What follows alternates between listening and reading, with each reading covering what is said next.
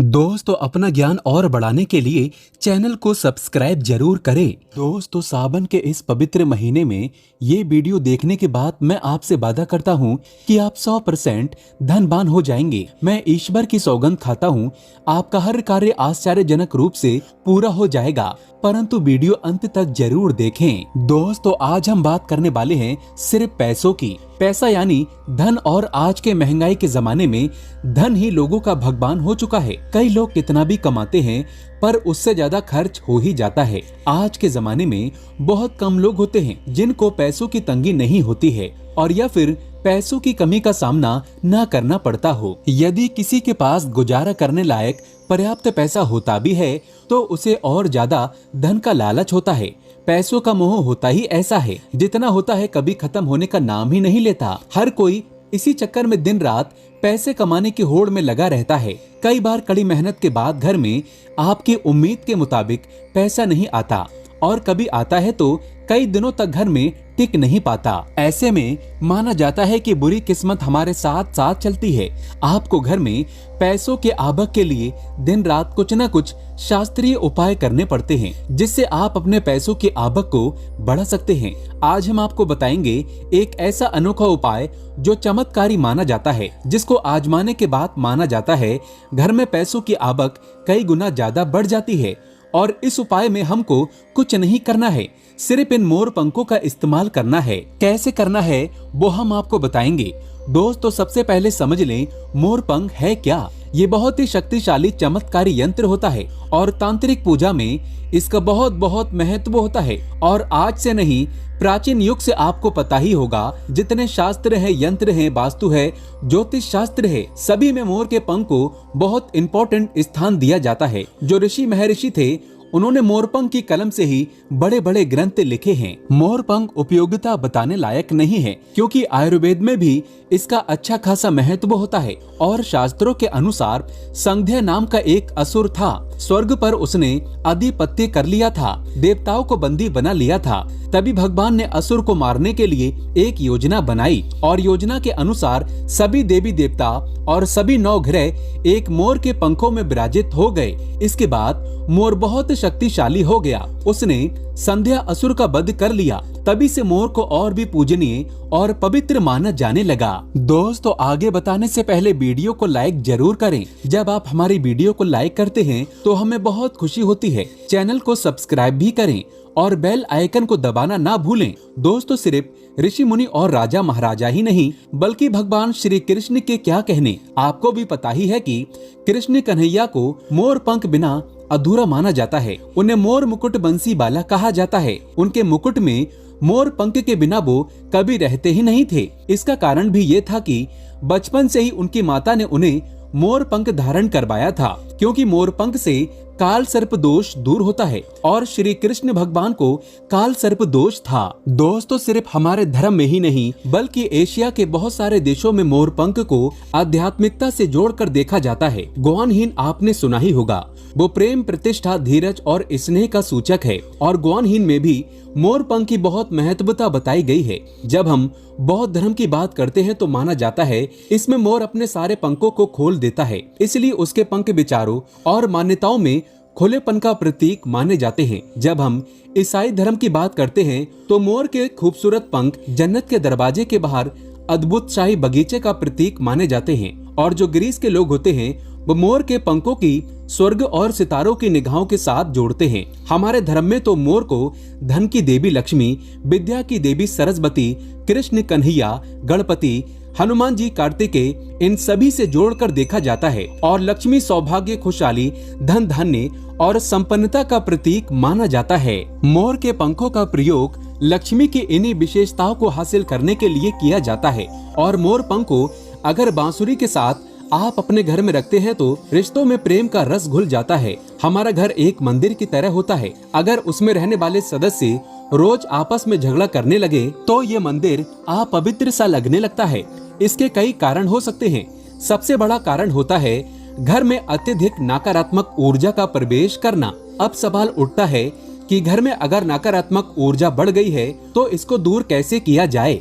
इसका प्रवेश अगर हो गया है तो इसको बाहर कैसे करें। इसके लिए हमने आपको जन्म अष्टमी के दिन भी एक उपाय बताया था कि मोर के पंखों को आरती के बाद आप अपने घर में खूब जोर जोर से हवा में हिलाएं। इससे आपके घर की जितनी नकारात्मक ऊर्जा है वो आपके घर से बाहर हो जाएगी। आपको ये रोज ही करना चाहिए, सिर्फ एक ही दिन नहीं। मोर पंख को अगर आप अपने घर के अंदर हाथों से ऊपर से नीचे फहराते हैं तो आपके घर के आसपास की जितनी नकारात्मक ऊर्जा है वो घर से बाहर चली जाती है। और जिस घर में सबसे ज्यादा सकारात्मक ऊर्जा होती है वही माता लक्ष्मी का प्रवेश जल्दी होता है। इसी बात को ध्यान में रखते हुए आज हम आपको बताएंगे कि घर में वो कौन सी 3 जगह हैं जहां पर आपको मोर पंख जरूर रखना चाहिए। और इन जगहों पर अगर आप मोर पंख रख देते हैं तो आपके घर में भी सबसे अधिक सकारात्मक ऊर्जा बनी रहेगी। तो साक्षात लक्ष्मी जी आपके घर जरूर आमंत्रित होंगी। आप किसी भी शुभ दिन मोर का ये पंख लेकर के घर के किसी ऐसे स्थान पर सबसे पहले लगा दें जहां पर आने जाने वाले लोगों की नजर सबसे ज्यादा पड़ती हो। असल में मोर का पंख नकारात्मक ऊर्जा को अवशोषित करता है, यानी कि अब्सॉर्ब करता है। इसलिए आपको इसको ऐसे स्थान पर लगाना चाहिए जहां ये सभी को नजर आए। मोर के पंख के उपाय न सिर्फ आपको बल्कि आपके घर के सदस्यों के जीवन में भी सुख और समृद्धि जरूर लेकर आएंगे। ये उपाय आप अपने घर पर किसी भी शुभ दिन से शुरू कर सकते हैं। और दोस्तों अभी तो भगवान भोले बाबा के पावन पवित्र सावन चल रहे हैं। ऐसे में घर के मंदिर में सावन के पहले आप अपने घर पर अगर इसको लगा देते हैं तो माना जाता है ये कमाल का उपाय होता है। प्राचीन काल से आज की बात नहीं है, ये बहुत सालों से भगवान की प्रतिमा के आगे वातावरण को पवित्र करने के लिए, सब जगह वशीकरण के लिए, कार्य सिद्धि के लिए, भूत बाधा, रोग मुक्ति, ग्रह दोष, वास्तु दोष, सभी के लिए मोर पंख बहुत ही यूजफुल माना जाता है। खासकर जो स्टूडेंट होते हैं उनके लिए तो ये रामबाण का काम करते हैं। जो कहते हैं सरस्वती माता के उपासक होते हैं या फिर विद्यार्थी होते हैं, वो पुस्तकों के बीच अगर अभिमंत्रित करके मोर पंख को रख ले तो पूरा लाभ उठा सकते हैं। अगर आप मंत्र सिद्ध करते हैं, तांत्रिक पूजा आदि करते हैं तो उस जपने वाली माला को माना जाता है मोर पंखों के बीच आप रखते हैं तो आपकी मंत्र सिद्धि बहुत ही जल्दी होती है। घर के सभी अलग अलग कमरों में मोर पंख लगाने से घर का वास्तु बदला जा सकता है। एक मोर का पंख हमारे जीवन की दिशा बदल सकता है। यदि आप भी हर समय अपने पास मोर पंख रखते हैं तो हर कार्य में आप देखेंगे कैसे किस्मत आपका साथ देने लगती है। अगर राहु केतु आदि के दोष भी हैं तो वो ग्रह दोष भी समाप्त होते हैं। स्पेशली अगर आपके घर में कोई ऐसा बच्चा है जो बहुत जिद्दी हो गया है तो मोर के पंखों से उसको हवा देने से धीरे धीरे उसकी जिद कम होने लगती है। अगर वो ऐसे नॉर्मली आपको हवा नहीं देने दे तो आप उसके जो छत का पंखा होता है उसमें मोर पंखों को लगा दें और पंखा जब चलेगा तो उसके चलने पर मोर के पंखों की हवा भी बच्चे को लगेगी। इससे धीरे धीरे उसकी हट और जिद कम हो जाएगी। यहाँ तक कि अगर कोई बड़ा बुजुर्ग या आप इस हवा को खाएंगे तो आपके ऊपर जितनी भी नकारात्मक ऊर्जा होगी वो सकारात्मकता में बदल जाएगी। आप प्रगति करेंगे, ढेर सारी तरक्की करेंगे, दिन दुगनी रात चौगनी तरक्की करेंगे। दोस्तों मोर के पंखों को चांदी की ताबीज में डालकर नवजात बच्चे के सिरहाने रखते हैं तो बच्चे की नजर दोष और किसी भी तरह की अला बला से रक्षा होती है। यहाँ तक कि बड़े लोग भी अगर मोर पंख को बिस्तर के नीचे अपने सिरहाने रखकर सोते हैं तो माना जाता है कि किसी भी प्रकार के बुरे स्वप्न या अलग तरह के स्वप्न इनके दोष आदि नहीं होते हैं। अगर आपके बच्चे का पढ़ाई में मन नहीं लगता है, कमजोर है, तो उनके कमरे में मोर पंख लगाइए। स्पेशली उनके स्टडी टेबल में लगाइए और जिस सब्जेक्ट में बच्चा वीक है उसके उस बुक में आप मोर के पंखों को रख दें। आप देखेंगे थोड़े ही दिनों में बच्चे का दिमाग बहुत ही पावरफुल हो जाएगा।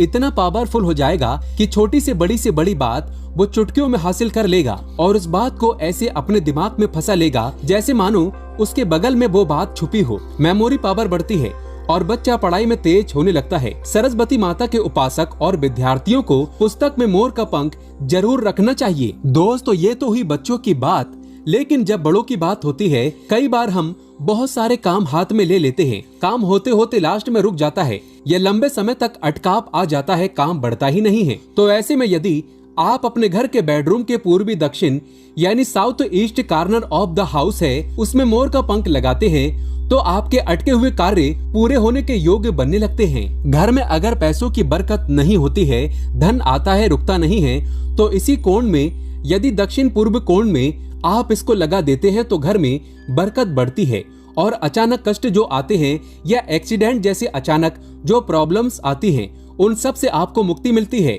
आप चाहें तो आपका जो घर है या फिर दुकान की जो दक्षिण पूर्वी दिशा है, वहां पर मोर का पंख स्थापित करते हैं और व्यापारिक स्थल में अगर आप इसको स्पेशली स्थापित करते हैं तो आपके घर में कभी भी पैसों की कमी नहीं होती। आप चाहें तो अपनी जेब में या डायरी में मोर का पंख रखें, इससे भी आपको राहु दोष प्रभावित नहीं करता। और मनचाहा पैसा कमाने के बाद भी अगर पैसा नहीं टिकता है तो आपके घर के साउथ ईस्ट कॉर्नर में मोर पंख जरूर लगाना चाहिए। एक और फायदा होता है मोर का पंख घर में लगाने से, वो ये होता है कि घर में अगर आपके आसपास सांपों का डेरा है तो माना जाता है घर में सांप प्रवेश नहीं करता। अक्सर आपने देखा होगा आपकी पत्नी या आपका बच्चा या आपकी बेटी सांप से डर जाती है, तो ये उपाय आप जरूर करें। या किसी घर में किसी मेंबर को काल सर्प दोष है, राहु केतु दोष है, तो भी मोर पंख लगाने से उस घर में ग्रहों का असर नष्ट हो जाता है। क्यों माना जाता है? क्योंकि मोर और सर्प में शत्रुता होती है, अर्थात सर्प शनि तथा राहु के सहयोग से बनता है। और यदि मोर का पंख घर के पूर्वी और उत्तर पश्चिम दीवार पर या आपके जेब और डायरी में रखा जाए तो राहु का दोष कभी उसको परेशान नहीं करता है। घर में सर्प हो, मच्छर हो, बिच्छू हो, इस तरह के विषैले जंतुओं का भय नहीं रहता। दोस्तों, अब 3 कोने कौन कौन से हैं जिसमें आपको मोर का पंख रखना चाहिए ताकि आपकी आमदनी 10 गुना बढ़ सके? पहला मोर पंख आपको घर की अलमारी में या तिजोरी में रखना चाहिए। आप घर में जिस स्थान पर सबसे ज्यादा पैसा रखते हैं वहीं पर मोर पंख भी आपको रखना चाहिए। इससे आपकी तिजोरी में धन बढ़ने लगेगा। साथ ही साथ इससे पहले से रखा हुआ धन धीरे धीरे खर्च होगा और आप खुद देखेंगे आपकी सेविंग बढ़ने लगेगी, बरकत बढ़ने लगेगी और धन की इनकम दिनों दिन बढ़ती चली जाएगी। दूसरा मोर पंख आप अपने घर के मंदिर में रखें या घर के ईशान कोण यानी north east corner of the house में रखें, या फिर जहां पर आप अपने घर में भगवान को रखते हैं वहीं इस मोर पंख को रख दें। चाहे तो आप मोर पंख का बंडल बना लें या फिर आप चाहे तो श्री कृष्ण भगवान के मुकुट पे इसको धारण करा सकते हैं। और रोज आप जब भगवान की पूजा करते हैं उस समय इस मोर पंख की भी आपको पूजा करनी चाहिए। इससे आप देखेंगे पैसों के मामलों में किस्मत चमक जाएगी और धन आगमन के नए द्वार आपके लिए खुलते चले जाएंगे। तीसरा मोर पंख आपको कहाँ रखना है?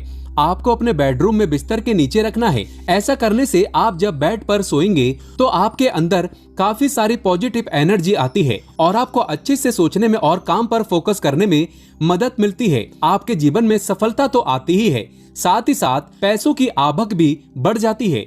आप इसको कैसे लगाएंगे?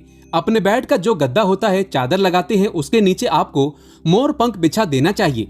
उसके ऊपर चादर लगाएं और फिर उस पर आपको सोना चाहिए। दोस्तों, मोर पंख मोर के बाजू से निकलने के बाद भी जीवित रहता है, तभी तो इसका असर दिखता है। इसको अगर फोटो फ्रेम में करा लें और घर के लिविंग रूम में लगा दें तो घर की प्रगति होती है, बच्चे अव्वल आते हैं, घर का हर एक सदस्य पढ़ाई हो, बिजनेस हो, सब में आगे चलता चला जाता है। कोई भी घर में बीमार नहीं पड़ता, रिश्ते बनते चले जाते हैं। इससे रिश्ते बिगड़ते नहीं हैं बल्कि बनते चले जाते हैं। दोस्तों, जब आप घर के मेन द्वार पर भगवान गणेश को स्थापित करते हैं उसके पहले आप ये छोटा सा काम कर लें। वैसे क्या करना है, 3 मोर पंख ले लें और एक छोटी सी भगवान गणेश की प्रतिमा को मुख्य द्वार पर स्थापित कर लें। आप चाहे तो चित्र भी स्थापित कर सकते हैं। अगर आपके पास गणपति देव की प्रतिमा नहीं है या आप अफोर्ड नहीं कर सकते हैं तो इन मोर पंखों को ऐसे ही लगा दें।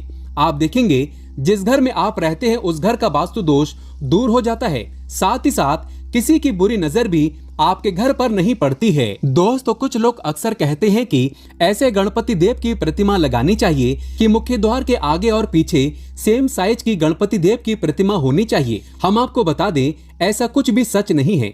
ये सिर्फ एक भ्रांति है जो कुछ साल पहले फैला दी गई थी कि जहाँ भी मूर्ति लगाएं गणपति देव की, वहाँ पर आपको आगे और पीछे गणपति देव की सेम साइज की मूर्ति लगानी चाहिए, क्योंकि गणपति देव की पीठ में दरिद्रता का वास होता है।